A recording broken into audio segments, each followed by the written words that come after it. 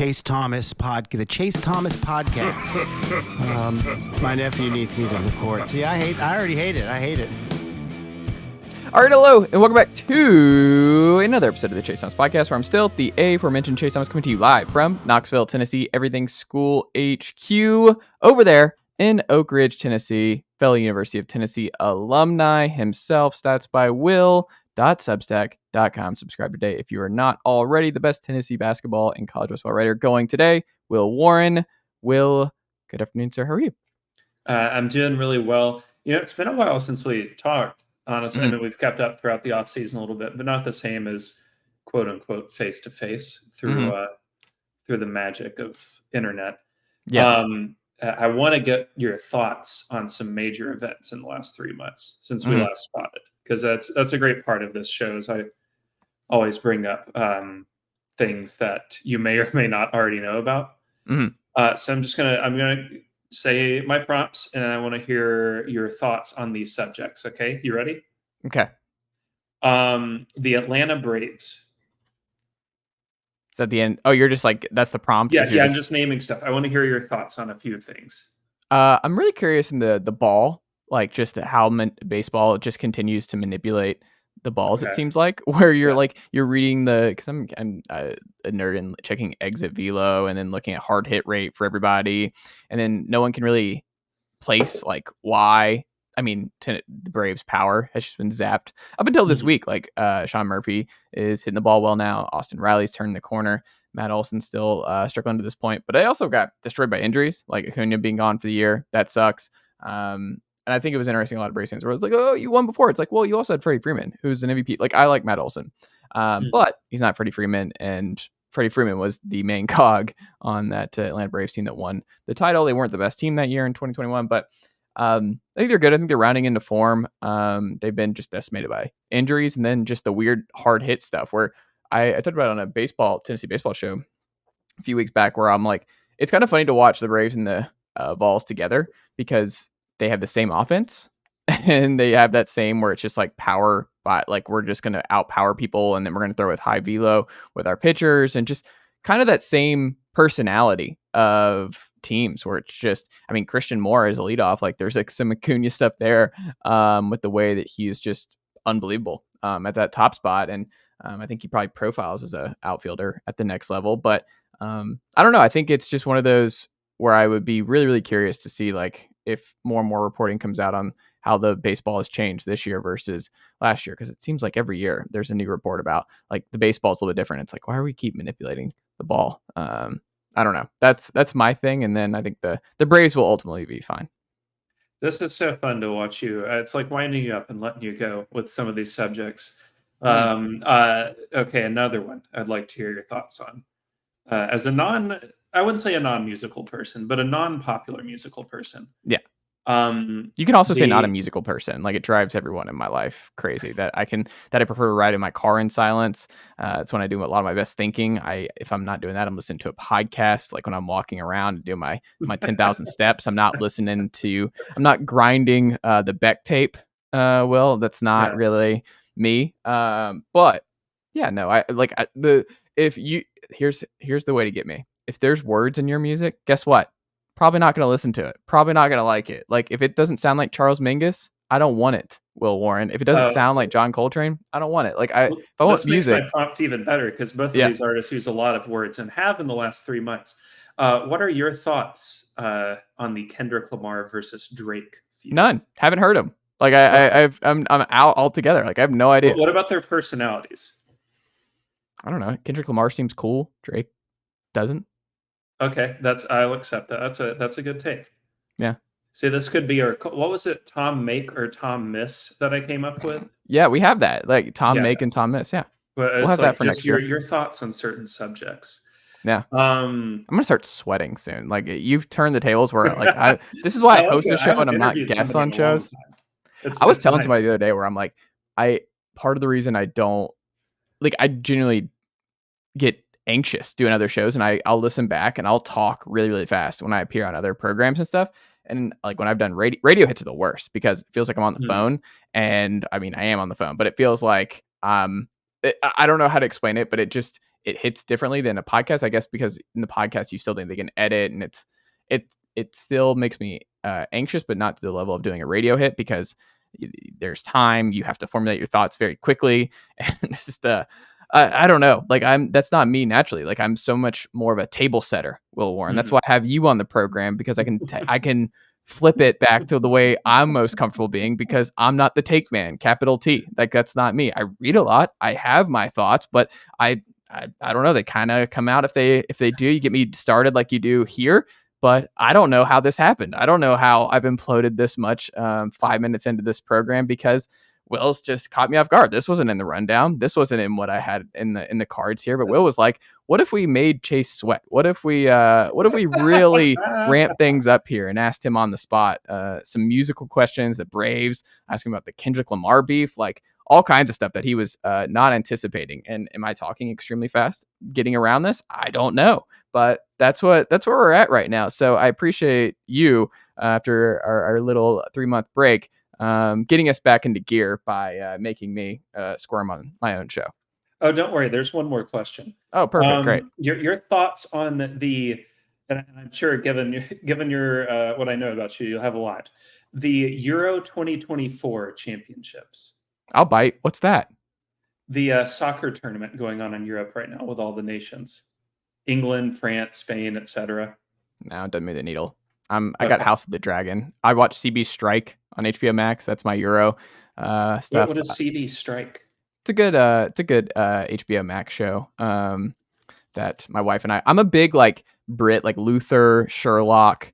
I love the BBC. Like if it's a BBC investigation series, something like that, I'm all in. But yeah, my wife and I are in like Twin Peaks. Getting my wife through Twin Peaks, one of my all-time favorite shows, top 5 all time.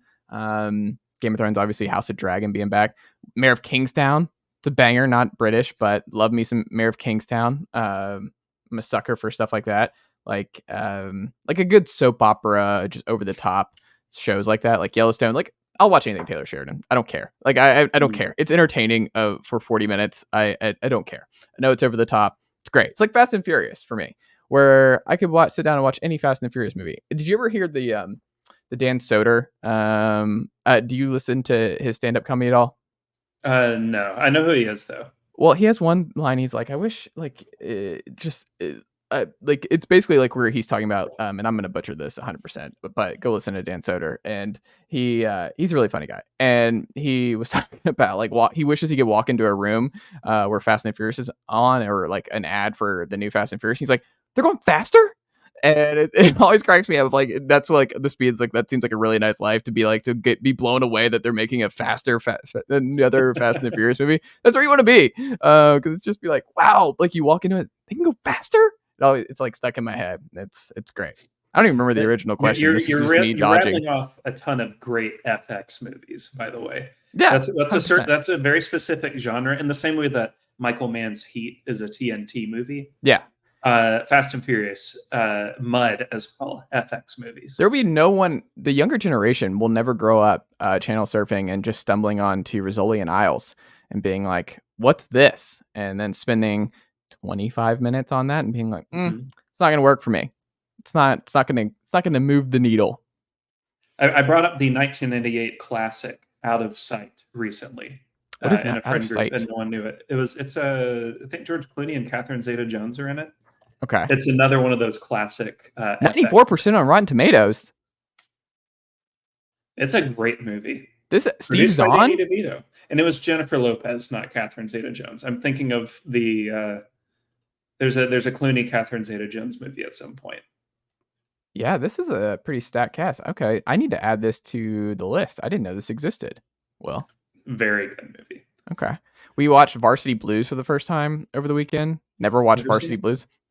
It's pretty funny. I'm pro Varsity Blues. I'm excited for the listeners to figure out at what point that it's the off season. And I mean, if you haven't already, yeah. I already can't wait, because there's going to be a comment. There was a commenter on the YouTube page for my pod with Brent. Last week, I don't know, time is a flat circle in the summer. And the comment was like, oh, don't waste your time, because the first few minutes we were talking about our sleep schedules and stuff like that before we got into the hour and 15 minutes of Tennessee football talk. But you can't please everybody, man. Some people are like, no, I'm here. Like, if it's a podcast, we're going straight to the action. I want wall to wall Tennessee basketball and college basketball coverage on this program. I want the wall to wall coverage. Every minute counts. See, I can see both sides of it, because now in Spotify's little and probably Apple too, though I don't use the Apple Podcast app anymore, they'll include in the little episode summary like timestamps. Yeah, I do various- timestamps. Yeah, and I notice you do that. Now, I will take advantage of that, I will note. But yeah, if it's a show I like, I'm going to listen to the whole thing, and I think that commenter shoshould shove it politely. But keep subscribe, keep the keep subscribe and all that. Yeah, like keep listening and all that, but politely shove it.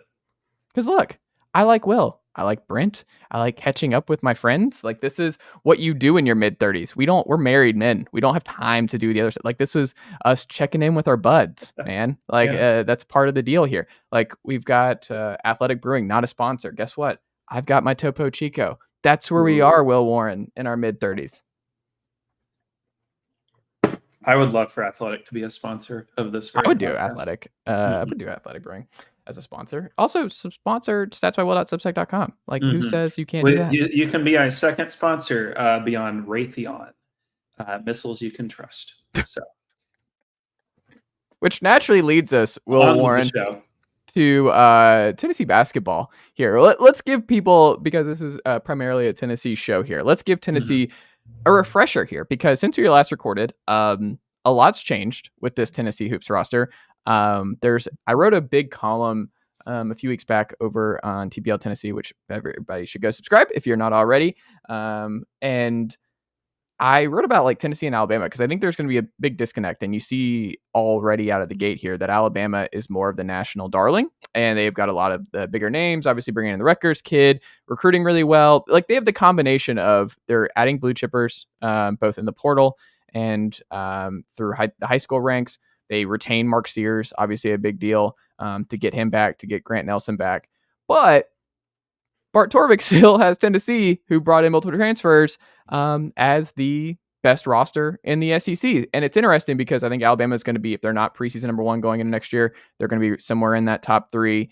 I mean, I've seen some that even have Auburn ahead of Tennessee to this point. But I don't know. I don't bet against Rick Barnes. I think when you go back through it, it's kind of interesting to see that like Bama and Tennessee have kind of owned this conference for the last 4 years. You look at just both the conference tournament and just the regular season titles.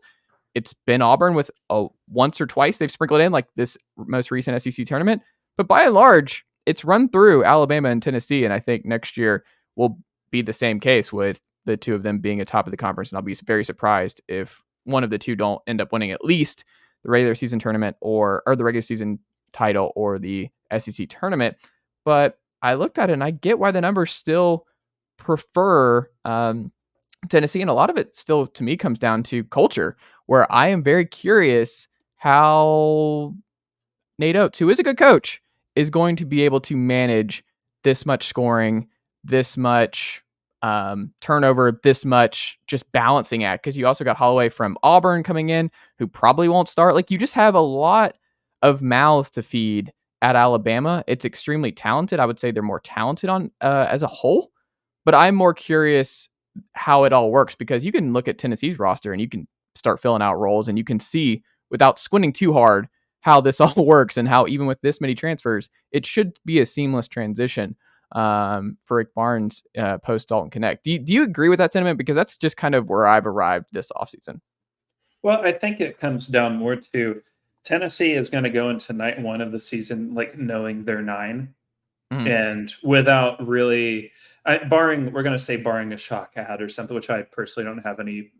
I don't think that's coming. But like barring something unusual or like a really late bizarre transfer, something out of the norm, Tennessee is going to go into opening night knowing who their 9 are. Zakai. Well, this is not an order of how they're going to play it, but these are the 9 names: Zakai, Dubar, Igor, Gainey, Okpara, Shaq, Lanier, Carr, Estrella. Those are your 9. I don't think Boswell is going to get in there. I definitely don't think Cade Phillips is getting in there. Could be a future transfer case. We'll see. But Tennessee goes into night one knowing who their 9 are, and arguably, I would say more likely knowing their 8. So the fringe case there is probably, you would say, Estrella. In the event that Igor shows he can play center, which we'll see. And if that's the Barnes case, wants him to play center is another part of this. That's the other thing. And Estrella, I think part of that's just like we got to see him bulk up a little bit. Needs a little more meat on the bones. Though I mean, he handled it quite well against EB, so you never know. I mean, he's got a good base to work with. But I would buy the Estrella stock right now. People have penciled in Akpara as the starter. I don't know about that. Let's see what the full offseason looks like. Let's see early on. I don't know. I would buy a lot of Estrella stock. I think he's going to be really good at Tennessee. I think penciled in, yes. But no, I definitely go with, I think they know they're 9 and potentially will know their 8 pretty quickly thereafter. I don't think you can say the same about Alabama. Now, I will note, obviously, literally this past season, we saw an SEC team go 10 deep, and it was perfect. It was Auburn. It was perfectly fine. It obviously didn't go well for them in March, but I don't think it was due to the fault of the rotation. I think it was more due to Yale played a really good game and kind of overcame Auburn in the margins. I don't think it was because Auburn was playing 10 guys versus 8. Yeah. Alabama can get away with that. Natos is more than smart enough, but I definitely agree with so to me it kind of feels like I'm not sure if I'm putting this correctly, but I'm going to go with it anyway. Tennessee has the higher floor. Yes. Alabama's got the higher ceiling. I don't think that would be shot. I think of who would you consider the main contenders in the SEC right now? I guess is my question. Because obviously I'm going Tennessee, Auburn, Alabama all in there, and that could. I think that's the only contenders to me. Yeah, I think it's a lot of pretenders. I think Arkansas. That's just so much turnover. I think asking a lot of that for Pope in year one, I just don't see it. I think Kentucky. I think Pope's a good hire, and like we've talked about, we both like Mark Pope on this program. I think he'll eventually get there at Kentucky. I don't think he gets there in year one. I think it just takes time. So when I look around the SEC, I don't really see it. I think it's just those 3 really.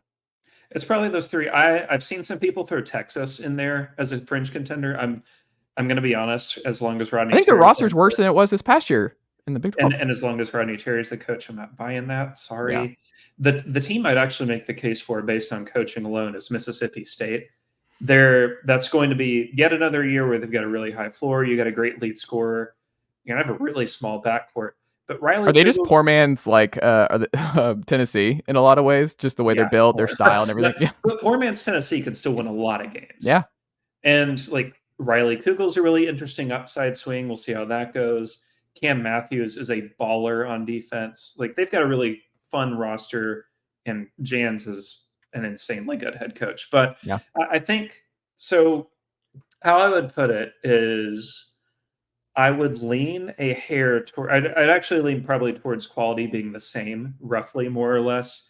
I'm gonna guess offense is better, defense is worse.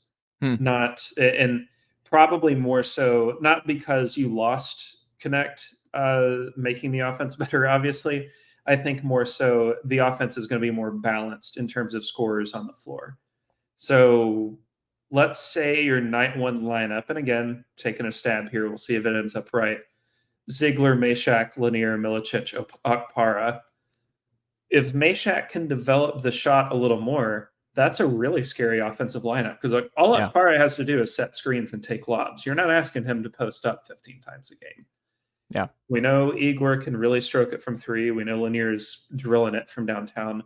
And Zakai is fearless and quite scary. And that's not to even touch on Dubois as what we'll guess as the 6th man off the bench, if not the starter over Lanier or Meshack. We'll find out. I mean, that's do you think he's more of the 6th man than Gainey? Like, who do you think gets more minutes, Dubois or Gainey next year? I think Gainey might. Really? Yeah. Now they don't have a backup for Zakai. Like, Gainey's the backup, and I'm under the assumption that the plan is to expand Gainey's role in year 2. That's probably true, but they're going to give Lanier point guard minutes as well because about half his time at North Florida was at point. Yeah. So he'll get those minutes.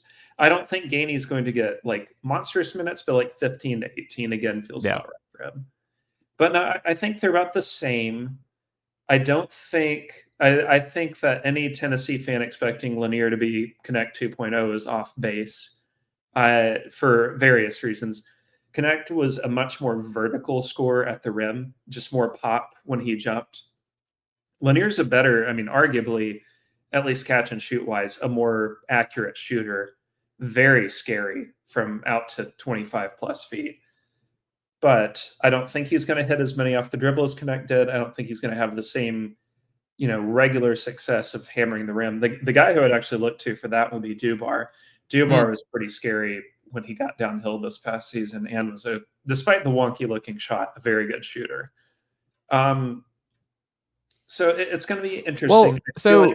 Let's expand more on the DK Lanier thing before we leave, because I think a lot of folks, they saw, like, there's that one tweet. What was that tweet about, like, DK and Lanier were the only two players in the country? Was it dunks and threes and scoring? What was it? Do you remember that stat? I think it was dunks and threes, maybe either that or layups and threes. It was something like that. It was something. And it was just those two, and you're like, oh no. It's one of those where you see it and you're like, this is a tweet that's going to go around where the expectation is going to be high. Yeah. I wonder, because Lanier was such a big, like, it's so funny to think about the recruitment for Dalton Knecht last year for Tennessee, kind of like laying in the weeds. Like, Oregon was in on it. Tennessee obviously had to beat out some big boys to bring him in from Northern Colorado, but he was still a relative unknown by the fans. Like, coming in, Lanier is not like, comes in where it's like they're holding a spot for Chaz Lanier. And I mean, it's not like he's coming from a big time program either. He's coming from UNF over there in Jacksonville. No offense to the Ospreys and what they got going on down there, but like, it's still like he comes in with so much more just notoriety than Knecht, and Knecht was able to kind of ease in to becoming a star at Tennessee. And obviously from the North Carolina game on, he figured it out, and it all exploded onto the scene. But I think it is fair when you put all your eggs in the Lanier basket. You see what he did at UNF. You think about how good this staff has been at identifying talent and developing talent, that, like, okay, if you're going to pinpoint Chaz Lanier as the guy in the portal this offseason, and that's not to say that Igor and Dubar will not be important players for Tennessee, but I think the expectation and the fact that you had to win some big boy battles, especially against Kentucky, to get Lanier, it's fair to have, like, you're not going to be Dalton Knecht, like a top 10 pick, like the highest pick for Tennessee since Dale Ellis in '83. But like, you need to be a star like that. You need to be in the SEC Player of the Year running. Like, that needs to be, like, Mark Sears and Chaz Lanier need to be mentioned in the same kind of vein and their impact on their team. That doesn't mean the same production. That doesn't mean you have to drop 40 to beat Auburn on a late February night, but you need to be a star. Like, so I think when people are pushing back where it's like, well, you don't need to expect him, he's not going to be Dalton Knecht. It's like, he's not going to be Dalton Knecht, the player, but the expectation should be the same in that you need to be the best player. It's fair to expect Chaz Lanier to be the SEC Player of the Year, be in their race towards the end of the season, like, based on what his track record is, based on how this Tennessee staff prioritized him, based on what we saw from him at UNF, based on the position that he's walking into, where it's like that it's kind of just for you. Like, you have Zakai, who's going to help make your life a whole lot easier in the backcourt, night in, night out. Like, you're not, I don't know. Is that fair to kind of like put, not like, because I think a lot of people are already pushing back a little bit on expectations for Chaz. Like, we're not saying you can't have high expectations. He's just going to be a different player than Dalton Knecht. Yeah, well, I just don't think he's going to score 21 a game. And they might not need him with the shooting that they have this year. Well, and that's it. That's my point. Is like, I think the offense as a whole is going to be better because there's more options. Like, I don't know if we're ever going to figure out what happened with Vescovy exactly last season, other than whatever confluence of factors went down. But I mean, most nights it really was like, you had Dalton, you had Zakai, and about half the times, along with the cat kibble going off in the background, you had Jonas Adu. Yeah. But that was not something you could rely on. So, like, average night, you had about 2.5 offensive players you were feeling good about. Whereas this year, Zakai is back, of course, but you've got Lanier, you've got Milicic, you've got Dubar. And again, on nights where they're hitting, like, Meshack and Gainey are pretty huge pluses. as well as the development of one Cam Carr, Yeah. who I don't think you can count out of being a serious factor this season.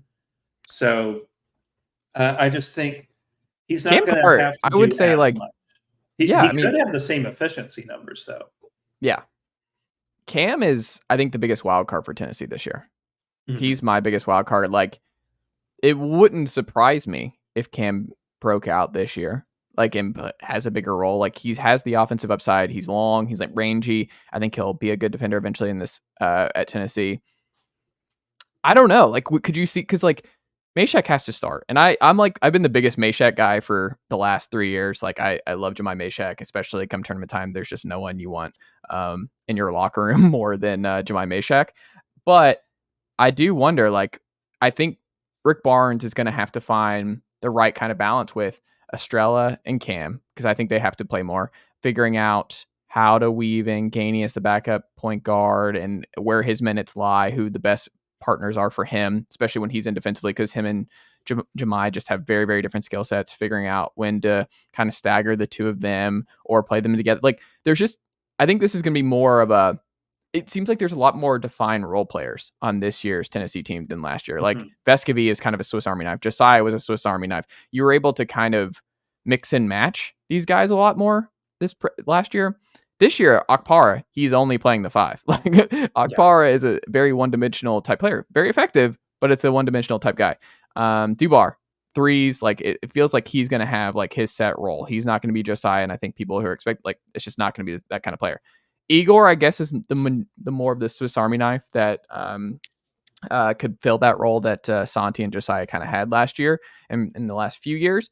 But I do think it's going to be interesting to see how Barnes handles that, because I just think there's just going to be a lot more like, here's your responsibility. Like, this is what your job is. And you're not going to, don't worry about this, this, and this. Just be really good at this thing. And I feel like the last 2 years, Tennessee's been like, well, this person provides a little bit of this, and they can also provide a little bit of this.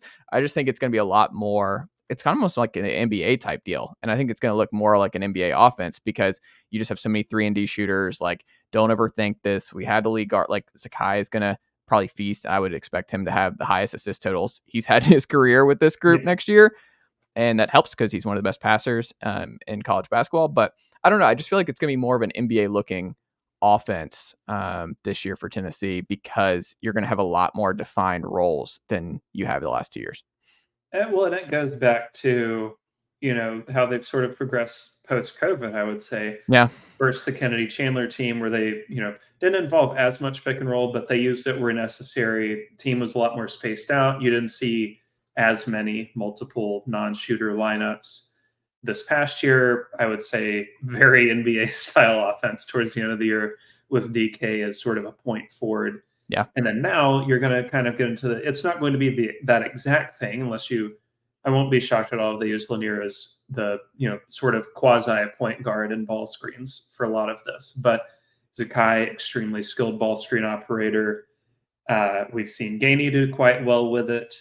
I think, the cool thing about it this season is it sort of goes back to what I'd hoped to see more of over previous seasons, which was, and I think this just kind of comes down to height, maybe, is why it didn't work out. Josiah as the screener in those sets, where he can pop, he can roll, he can do, but Josiah was never going to be the type of guy who attacked the rim all the time the way you wanted, which that's okay. Not everybody's built like that, but perhaps Milicic is, or you definitely know Akpara is going to roll to the rim every time. Estrella is going to roll quite well.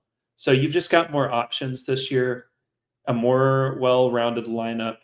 The biggest question I actually have, and it feels really weird saying this about a Rick Barnes Tennessee team, is going to be defense. Obviously, Zakai is really good. Shaq's really good. Akpara graded out extremely well as a rim protector at Ohio State. Lanier was a terrible defender at North Florida. Dubar, quite a bad defender at Hofstra. Gainey was fine last year, I would say, charitably. I wouldn't say it was bad. I think it just depends on matchups. Like, the faster the guard, the more susceptible he was. It was just hard for him to stay in front of like really, really fast guards. And we know, like, Carr, we just don't have much data on him one way or the other. Same with Phillips. Estrella fared really well against Edey, But to be honest, that's about the only time I can remember him standing out really well defensively. Usually it was offensively, or was impressed with Estrella. Yeah. So I think Tennessee can guard guards really well. I even think that they can guard centers. I do worry about them with wing matchups, because you look at the height splits of this is our proposed lineup again: Ziegler, Meshack, Lanier, Milicic, Okpara.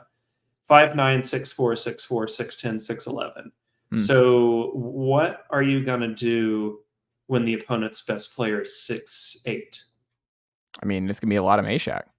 It kind of has to be. Yeah.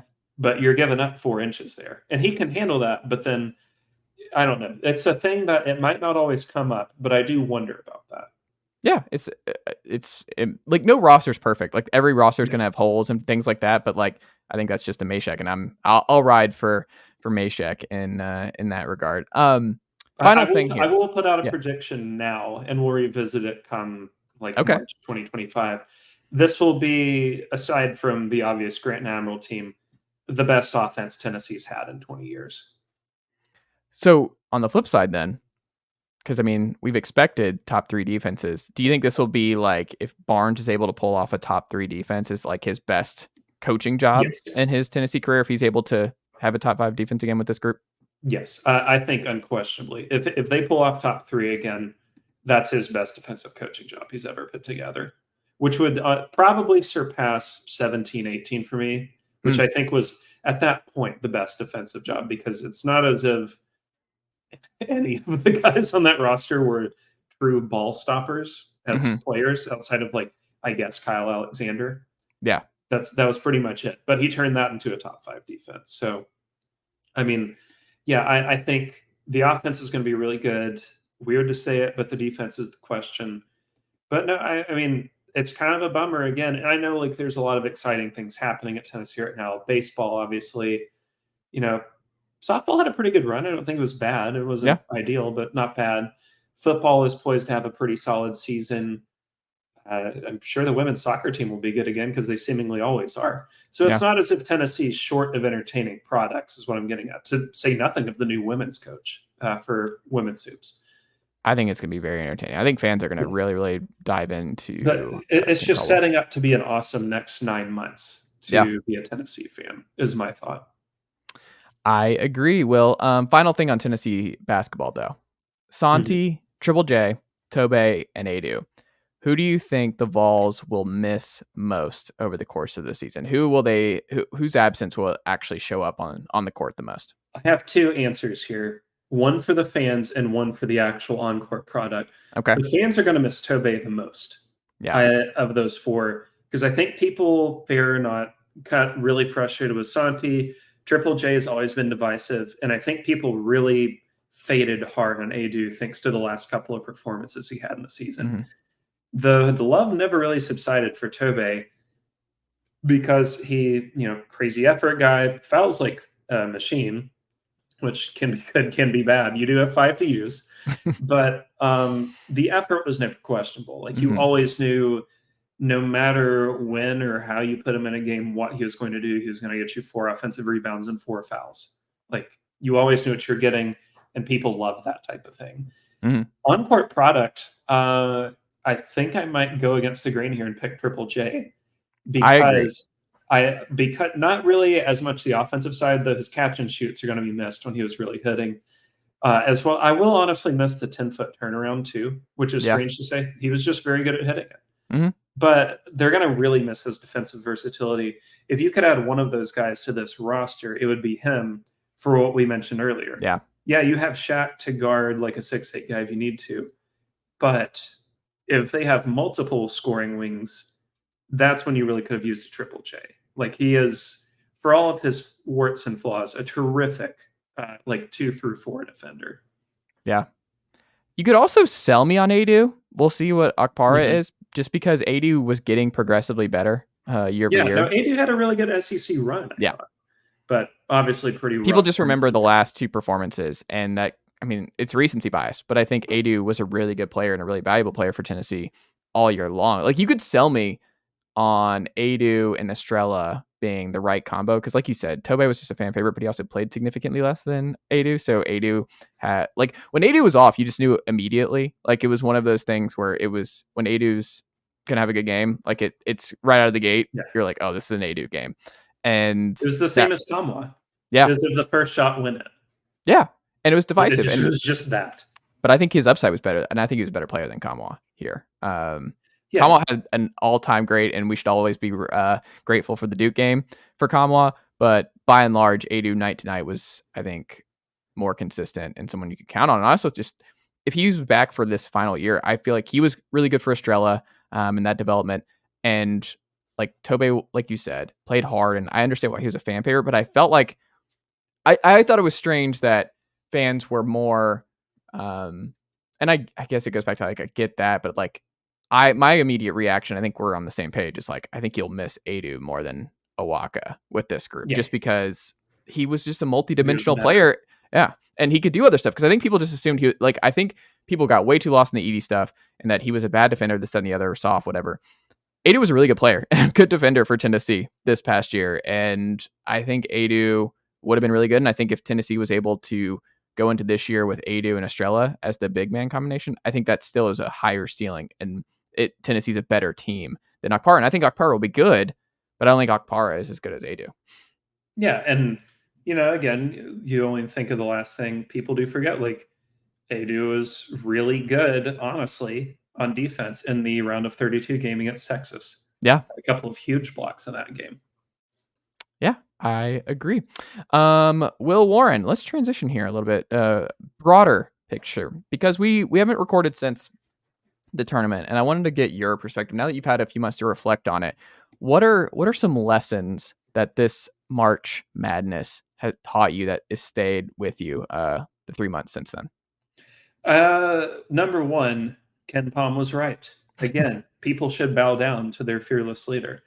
No, so I think the ultimate, like, to me, and this is probably the part where, like, we went to a college that hasn't made the Final Four. So, like, for me, the ultimate joy is just getting to the second weekend and letting it ride. Like, get to the second weekend, see what happens. You get there, like, look, NC State made it to the second weekend. Their opponent shot 1 for 92 from 3 or whatever it was. That's all you need. Yeah. You just need it to happen once. So, taking that into effect, guess how many of the pre-tournament KenPom top 15 teams made the Sweet 16? Wait, say that one more time. Pre-tournament, so before round of 64, top 15 KenPom teams. How many made the Sweet 16? Oh, like 14? 14. Auburn, the only exclusion. Yeah. And this is after years of people who are like, what's the Moneyball quote? My shit doesn't work in the playoffs. Yeah. Okay. Yeah. People doing that for Ken. Wrong, you idiot. So how about you look at the numbers and realize it was right the whole time? No, but I think that's a takeaway of, like, those numbers do actually work. The real takeaway for me is that we're in an era now, and we'll wait for the next, mini game version of college basketball to break out, where the mini narrative, I guess, of who's ahead in that. But offense is ruling the day right now. So this was the best, not only the best offensive season, I think the second best. I'll double check Ken's numbers really quick. No, best in history in terms of offensive efficiency. And so throughout the years, I've tracked, like, how does shooting go when we get to March? How does, offensive efficiency go? And roughly for both, there's about a 2% drop in effective field goal percentage and about a 2 to 3 point drop in offensive efficiency once we get through March. It rose this year. Like, offenses got better the deeper it went. I mean, not only did you see UConn, but the one that I think of is Alabama. Outside of that Grand Canyon game, Alabama was garbage on defense the entire tournament. There was not a game where I thought they played well. And it didn't matter because they kept scoring, one. So this is in order. And this is including the Grand Canyon game, which wasn't terrible, but obviously not their standard. Points per 100 possessions. 131 versus Charleston, 101 Grand Canyon, 124 UNC, 125 Clemson, 115 against future champion UConn. I mean, and that was despite giving up 115 or worse on defense 4 times. Yeah. So we're in a period where, and this can just as easily change next year, but offense, I think, it's ahead. We went through a few seasons there where it felt like defense was a little bit ahead in the meta game. But I think offense is here to stay. It's no coincidence that the national champion ended up number 1 in offense. Probably not a coincidence that the second best offense also made the Final Four. Fourth best offense made it in Purdue. The only outlier this year is NC State, who still had a top 50 offense. Like, they weren't bad. But I think that matters. One thing that I think is going to continue to matter a little bit is how these teams test themselves in the non-conference slate. So we didn't have a ton of like obvious under and overachievers this year, but a couple that either achieved or overachieved with regards to making it deep. Purdue, 9th toughest non-conference schedule. Alabama, 16th toughest, number 1 strength of schedule overall. You saw NC State, who played a really tough one. And even UConn, who ended up 283rd, like, they played in a really tough conference. They were battle tested, came in there quite strong. Tennessee, top 20 strength of schedule, UNC, etc. So I think we need to see more of these teams. And I unfortunately think with the expansion of certain conferences, we're going to see less of this.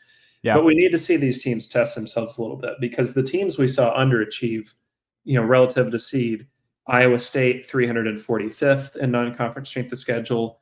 Auburn, 60th overall strength of schedule. You've got to have enough tests by the time you get to March. And that's, whether that's backed up in seasons before this, I don't really know. But it's just something I do fundamentally believe. You can't go deep without having played several really good opponents. Yeah, and I mean, when you go through the KenPom stuff, I mean, it is, like you said, I mean, the top 14 of the top 16 make it in. Like, I look at it, and especially the teams who ended up, like, it's kind of funny because the narrative nationally, like, you can get caught up because, like, fans just don't have time to watch Houston.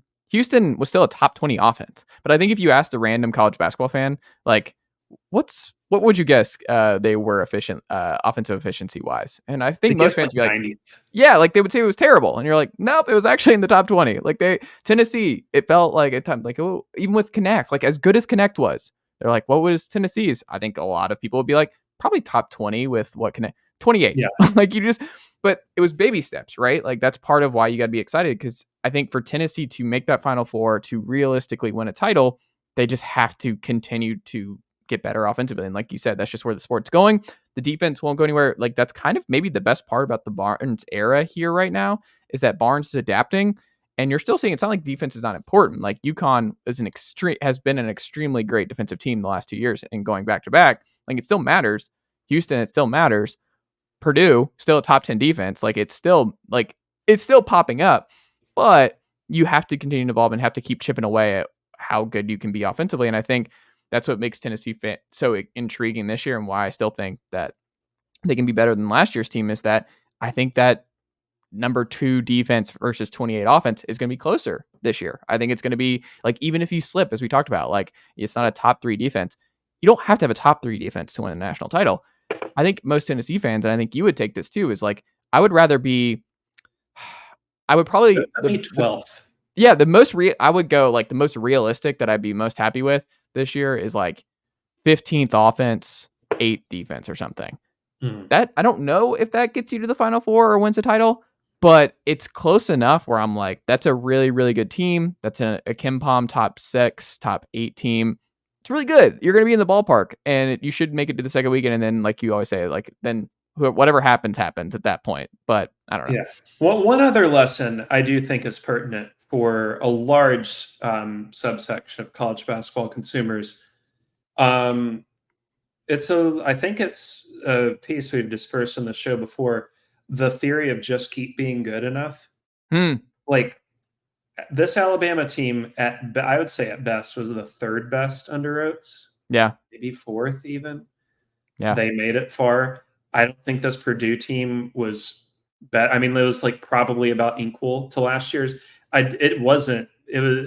never liked it as much as I loved that Carson Edwards, Isaac Haas team, the one before the UT year. That team is probably arguably better. Painter's had a lot of really great teams. This is just the one that broke through. And so you see that in our theory of like just keep being good enough, like Illinois, all those years without a Sweet 16, had all the controversy this year, had a really bad defense, honestly, made the Elite Eight. So I see those and I think of schools like kind of like Houston, though Houston has made an Elite Eight and a Final Four in the recent past. But I really think that the team that I'm looking for this coming season is Arizona. We're at a bit of a net lull with them in terms of their fan perception, partially because they still roster Caleb Love somehow, but mostly because like Tommy Lloyd's been there 3 years, 1 seed, 2 seed, 2 seed, won a total of 4 NCAA tournament games, never touched the Elite Eight. And that does sting a bit coming off of, like Sean Miller didn't make a Final Four, but he made 3 Elite Eights. That's a great run for any coach. So they're my test case again, and kind of, though not at the same level as Iowa State, I'm getting there with, of the just keep being good enough theory. Yeah. Where if you just keep, it's almost like mining. If you just keep hitting it enough, like you're eventually going to break through. Yeah. And there's more parity. Honestly, it's funny we keep saying you're going to break through, and it's like, well, we might have a three-peat in this sport next year. So it's Tennessee just kept being good enough, and then this year basically came within one heroic performance of making the Final Four from the sport's best player. I mean, we're even seeing this in college baseball right now. Tennessee baseball is a great test of the just keep being good enough theory. Mm-hmm.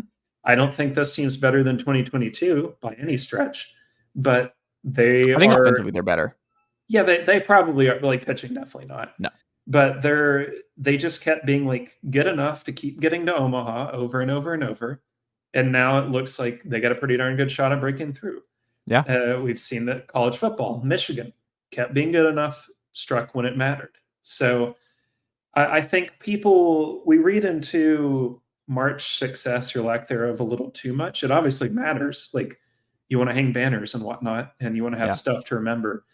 But it's not the be all end all. Just because, Arizona flopped this year or Auburn really spectacularly flopped this season doesn't mean they're going to do that for infinity. Or Houston. Or Marquette, though. I mean, Marquette didn't make the Sweet 16 at least, but they did lose to an 11th seed. So it's just the other part of this is you need to keep your coach, because there's a lot of volatility in the coaching part. So it's like being good enough. It's also keep your coach for as long as you can. If they're really good, if you're really like Arizona needs Tommy Lloyd to hang around for a while. And that's the expectation. Yeah. Will, going up, our final thing here that I thought would be a really fun exercise. Now the portal is basically wrapped up here, by and large. The biggest transfer portal winners and losers. I thought it'd be fun to get your perspective on the 2 winners for you and 2 losers. It also could be a player, just his new spot that you like, or it could be the team in terms of their winners and losers. So you can go either way with this. So let's go positive first here. Who are your 2 transfer portal winners? I got a few, but I will hold myself to 2. My big win, and I kind of continue to be a little alarmed at how underreported this is nationally, McNeese State. I don't see enough people talking about how good of a job Will Wade did. So I want to run you through who they got here really quick. Sincere Parker, St. Louis starter, averaged 15.9 a game. Brandon Murray, who you know from LSU and Ole Miss. Quadir Copeland, starter at Syracuse this past year, averaged 10 a game.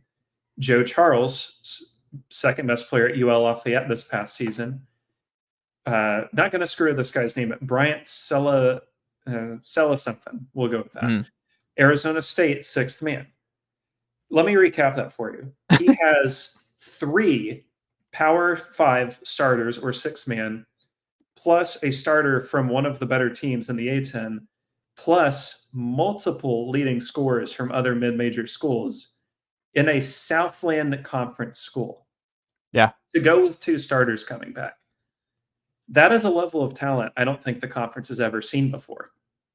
It's scary to think about how far ahead they are of everybody else. So if you want to get in on the ground floor of something this year, McNeese is a good one because they are going to not only they're going to have the best shot night 1 at going undefeated in conference play. They're going to be so far ahead of people that it's going to look like those peak Stephen F. Austin teams where they were like 11, 12, 13 seeds consistently under Brad Underwood. What's the highest they can get, do you think, seed-wise? They could get a 10. I mean, they could be this year's FAU. They're that good. Which is crazy because like FAU is like that's a big like resource-wise and everything else. Like Will Wade is maximizing what that might be putting it mildly, maximizing what you should be able to do at McNeese State. Yeah, and it's to be honest, if I'm a Southland coach, you should have offered him 80% of your salary to not coach. Just leave, take my money. It's okay. You'll still get paid. I just don't want to have the coach against your team anymore. Is he the so is there any way that this is not a gambling podcast, but is there like a safer gamble right now in late June than bet on McNeese State? Like it's really, I mean, they're going to win the Southland. It's the best gamble. It's funny we talk about that. I remembered, this is not at all about McNeese State, but I remembered a text I sent before this year's Super Bowl, and I wish it had, I don't bet either, but I wish it had been a real bet, where I just sent to a friend, Ice Spice to appear in a commercial plus 500. And then like first quarter, she was in one. I really wish that had been a real prop. Yeah. That's the only way to gamble or make money, is if you could do stupid stuff like that. My other winner in the transfer portal, by the way, other than the fans, as always, because as we know from basketball media, every get is a great one. I'm restricting myself, by the way, to teams that didn't change coaches. I think that's a little more fair, because like otherwise you're just gonna be like, oh, Louisville won the transfer portal, or oh, Kentucky won the. I like, yeah, but they had to. Yeah, McNeese State didn't have to, and they still did. Mm-hmm. The other winner, I struggle to limit it to just one, but I'm going to pick a team that kind of went a little somehow under the radar last year, despite being arguably the most famous team left, Gonzaga. Interesting. Think about who they added this year. You got Braden Smith from Colgate, who is going to redshirt, I believe, but still, freshman of the year, Pat League.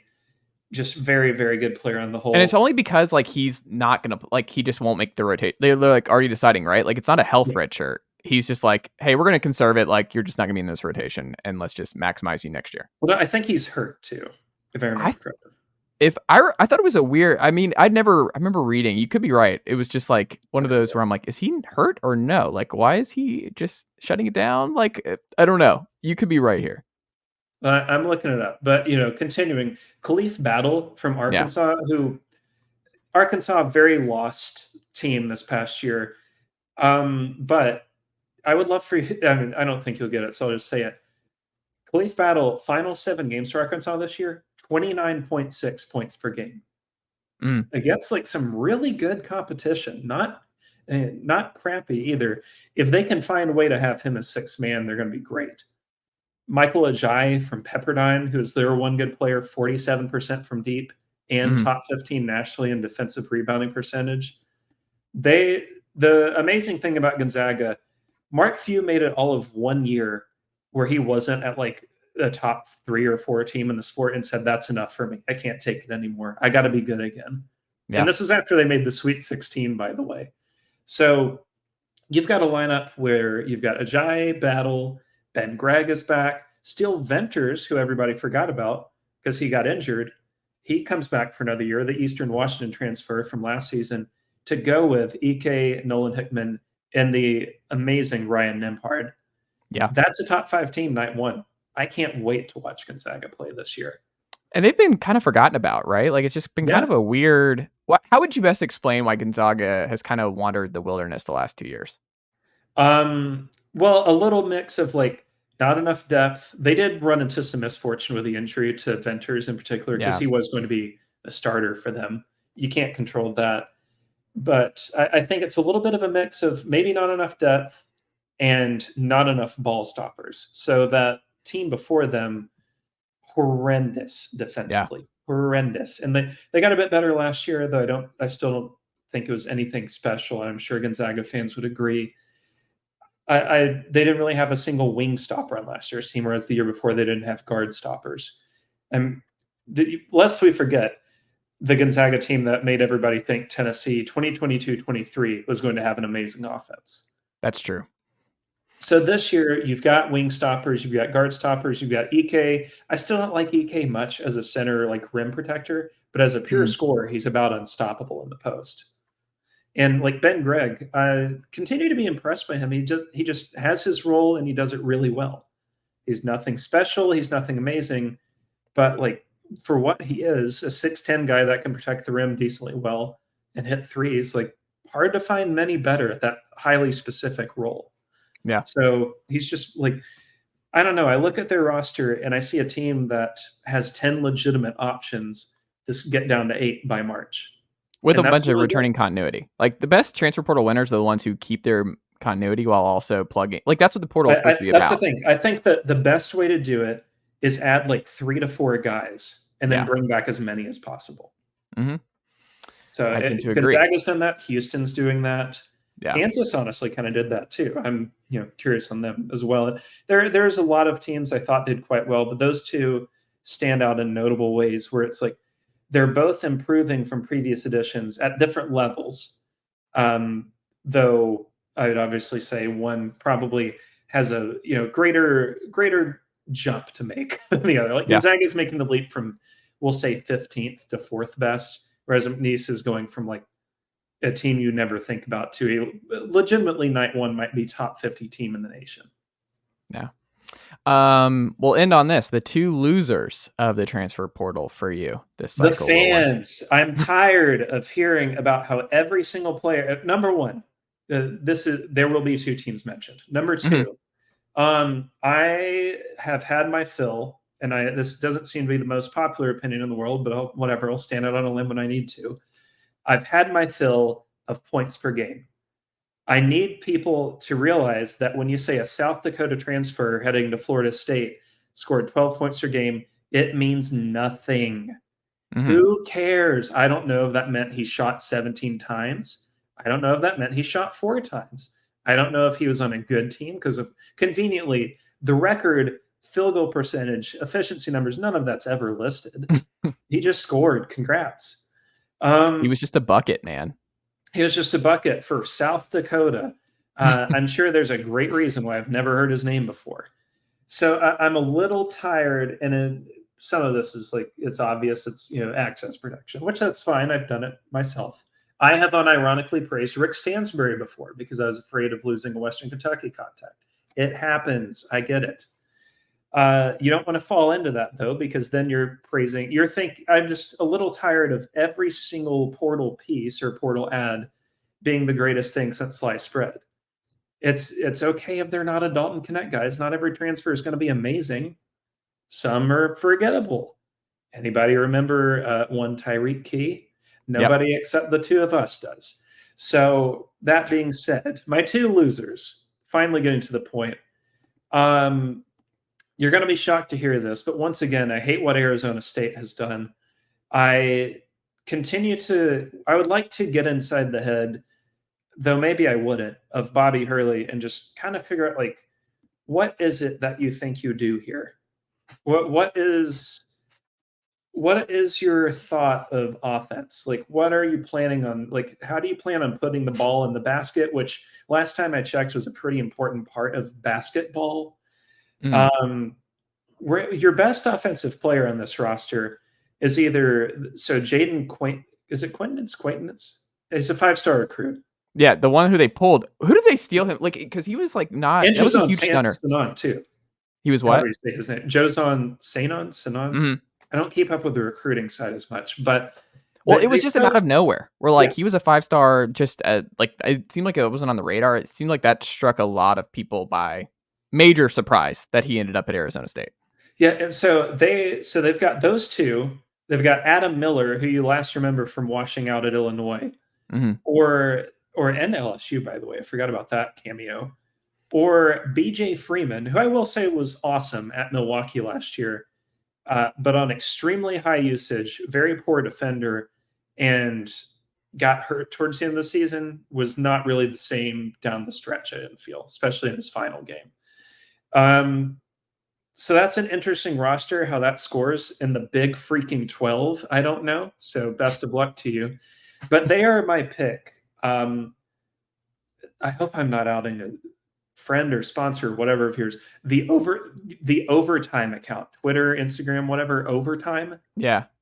They're my pick for the TikTok team of the year, of a team that has like 5 amazing dunks against like Mississippi Valley State and then goes 12-19. Not a serious roster, not a serious team. Highlight reel at best. I hate everything about how this team is run. Anyway, my other love of the college basketball offseason, this one I feel less strongly about, but I've been trying to highlight teams that are in big conferences that I feel like didn't do a great job, but made several ads. Yeah. I don't feel good about Texas again. And you were right earlier. I would agree with you that this roster is lesser than last year's. Whereas, like, if you went, so I'm going to read the names to you, and they're going to sound great. Jason Kent, Julian Larry from Indiana State, Tremont Mark from Arkansas, Jordan Pope, Oregon State, Malik Presley, Vandy. On paper, all 5 of those are really fun ads. Like, it's a pretty interesting, like, name power roster. You have a little bit of a narrative of, like, it's not that Texas was bad last year.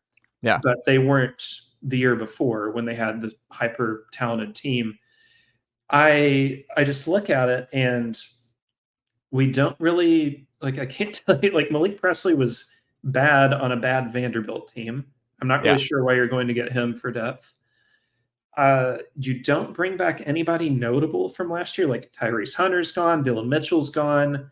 Well, that's the thing. Are any of these players better than Dylan Mitchell or Tyrese Hunter? Here's one for you that's horrifying for the front court. Are any of these players better than Dylan Dessou? Yeah.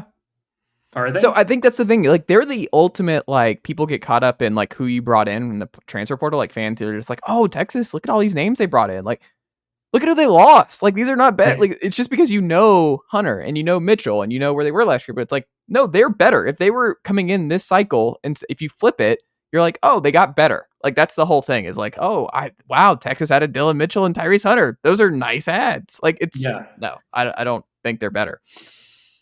And the thing is, like, in a vacuum, several of these ads are quite good. Like, I like Julian Larry a lot. He was awesome at Indiana State. Tremont Mark was genuinely Arkansas's best player. Again, lost season, but he was quite good. I mean, he showed out against multiple very good teams. And I wouldn't even say, like, that I hate adding an Oregon State guy. Oregon State's awful, but Jordan Pope shot 37% from 3 for them. Decent ball handler. And it could just be like, you give him a better system to thrive in, and he could show out quite well. But they don't really return anybody great from last year. The best returner is probably Caden Shedrick, the UVA transfer, who's like a bench piece last year. Yeah. They do get Trey Johnson, a 5-star freshman, but I don't like anything great about this. Like, I like Mark a lot. I like Pope. I even like Larry quite a bit. But you don't have a star or interesting center here.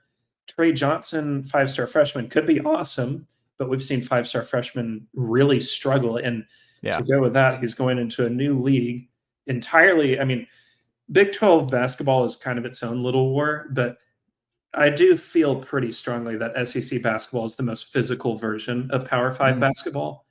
Yeah. It's just different. That's different. And I don't like what they did. I don't like these ads. I don't like how they fit.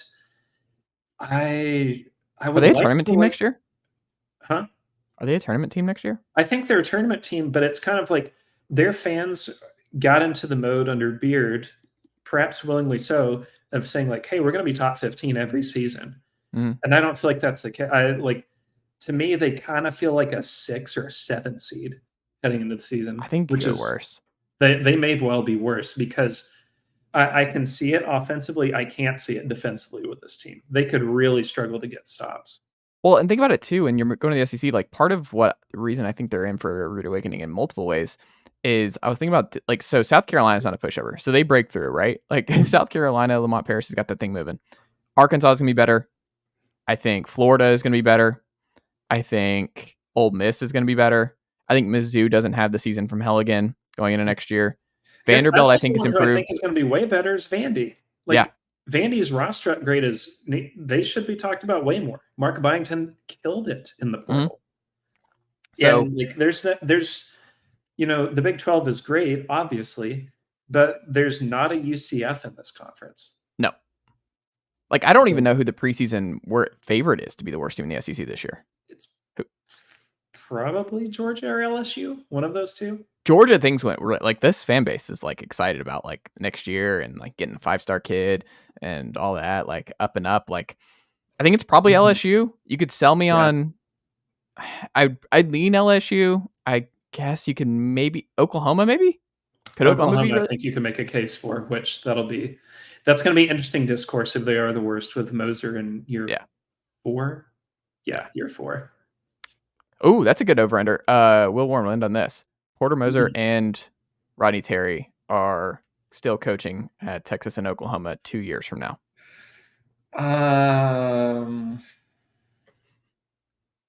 Over-under meaning like they're both coaching or just one of the both two? Gone. It only works if both are not there in 2 years. I actually lean towards neither being there in 2 years. Now that I think I do too. And the stuff this offseason, the flirtation, I don't know. I think I don't think he wants to be there long term. And with Rodney, the contract is the question to me, like how big would the buyout be? Yeah. Oh, yeah, this is nothing. I didn't realize. So Rodney Terry only makes $3 million a year.